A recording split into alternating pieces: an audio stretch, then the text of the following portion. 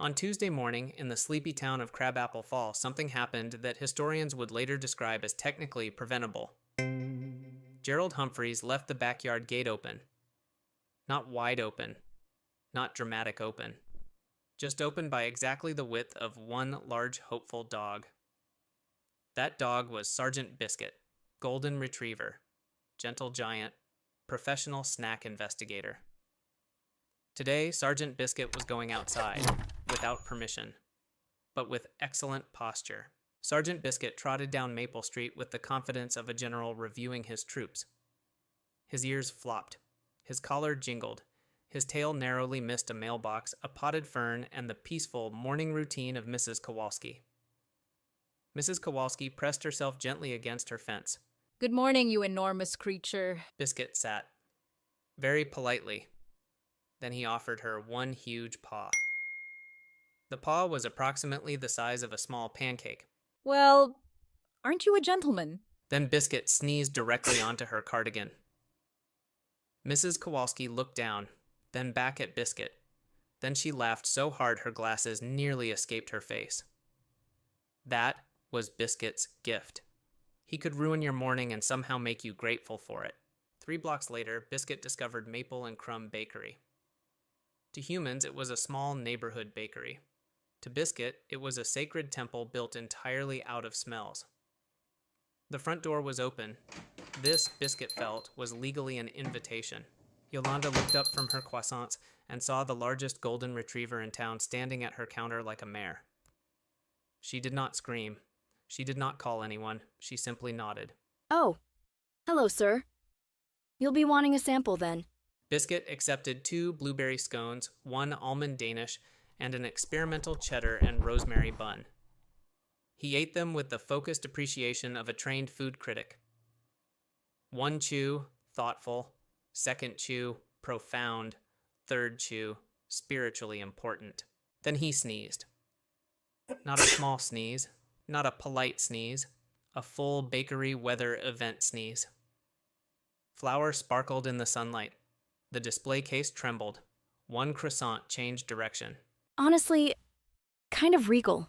By 10:30, Biscuit had arrived at the Crabapple Falls Farmers Market. It smelled absolutely phenomenally of everything. Tomatoes, soap, flowers, cheese, jam, suspicious sausage. He moved between stalls with the grace of a parade float and the steering control of a shopping cart with 1 bad wheel. A man gave him cheese. Biscuit accepted it solemnly. A child held an ice cream cone. Biscuit gave it 1 gentle lick.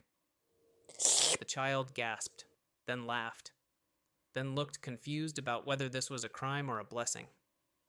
Nearby, a pyramid of artisanal hot sauce bottles began to wobble. Everyone froze. Biscuit did not, because Biscuit had noticed honey.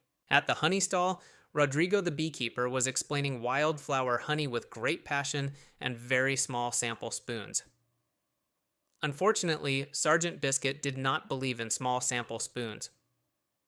He inserted his entire enormous nose directly into the jar. For 1 beautiful second, the market became silent. Then Biscuit lifted his head. The jar came with him. Honey dripped. Biscuit blinked. Rodrigo stared. The crowd inhaled. Then Rodrigo began laughing. That dog just reviewed my honey with his whole face. Rodrigo laughed so hard he tried to sit down. The folding stool disagreed. It collapsed with the confidence of a bad idea. Biscuit stood there with honey on his nose like a golden statue of poor decisions. On the corner of Oak and 3rd, Theo the busker was having a terrible morning. He had earned $4 and a button. His coffee was cold. His guitar was slightly out of tune. And for 6 sad minutes, he had seriously considered accounting. Then Sergeant Biscuit arrived, honey on his nose, pastry crumbs in his fur, eyes full of impossible sincerity. Hello. Biscuit did not move. He simply stared harder. Theo played the only happy song he knew, not because he was ready, because the dog seemed to require it. Biscuit stood up, lowered his front paws, raised his back end, and began to hop. Not run, not jump, hop. A sincere, ridiculous, full-body golden retriever bounce. His ears flew, his tail whipped the beat. The honey on his nose caught the sunlight like stage lighting. One person clapped, then 3, then 12, then the whole street. Children joined him. A retired couple started dancing. Theo played louder. By the end of the song, 47 people were clapping, and Biscuit had accidentally saved live music in Crabapple Falls. Meanwhile, Gerald had finally noticed the open gate. He stood in the backyard, holding Biscuit's empty leash. His face turned the exact color of unpaid parking tickets. Biscuit? Biscuit! No answer, only birds, wind, and the distant sound of a town having the best morning of its life. Gerald ran down Maple Street, past Mrs. Kowalski, past the bakery, and past a man pointing toward the market and laughing too hard to explain anything. Gerald found Sergeant Biscuit outside the library at exactly 1:15. Biscuit was sitting with the calm expression of a dog who had improved the local economy. There was honey on his nose. There was something that might have been almond Danish in his left ear. You absolute disaster. Is that Sergeant Biscuit? You know him? Everyone knows him now. Rodrigo called ahead. We're putting him in the local history display. Gerald sat down on the library steps beside him. Biscuit placed his enormous head in Gerald's lap and sighed the deep sigh of a very satisfied soul.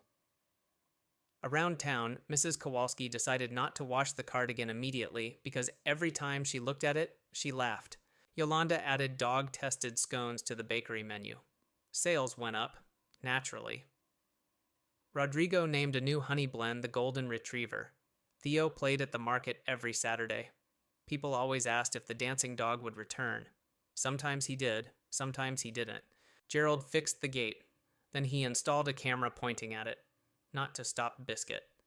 Not exactly. But to watch his face the next time the world smelled like cut grass, distant barbecue, and possibility. That night, Sergeant Biscuit slept in a golden heap, paws twitching, tail wagging at something only he could see. He had been a very good boy. He had always known he would be. If Sergeant Biscuit made your tail wag, like the video, subscribe, and come back for the next ridiculous adventure. Because somewhere in Crabapple Falls, another gate is probably open.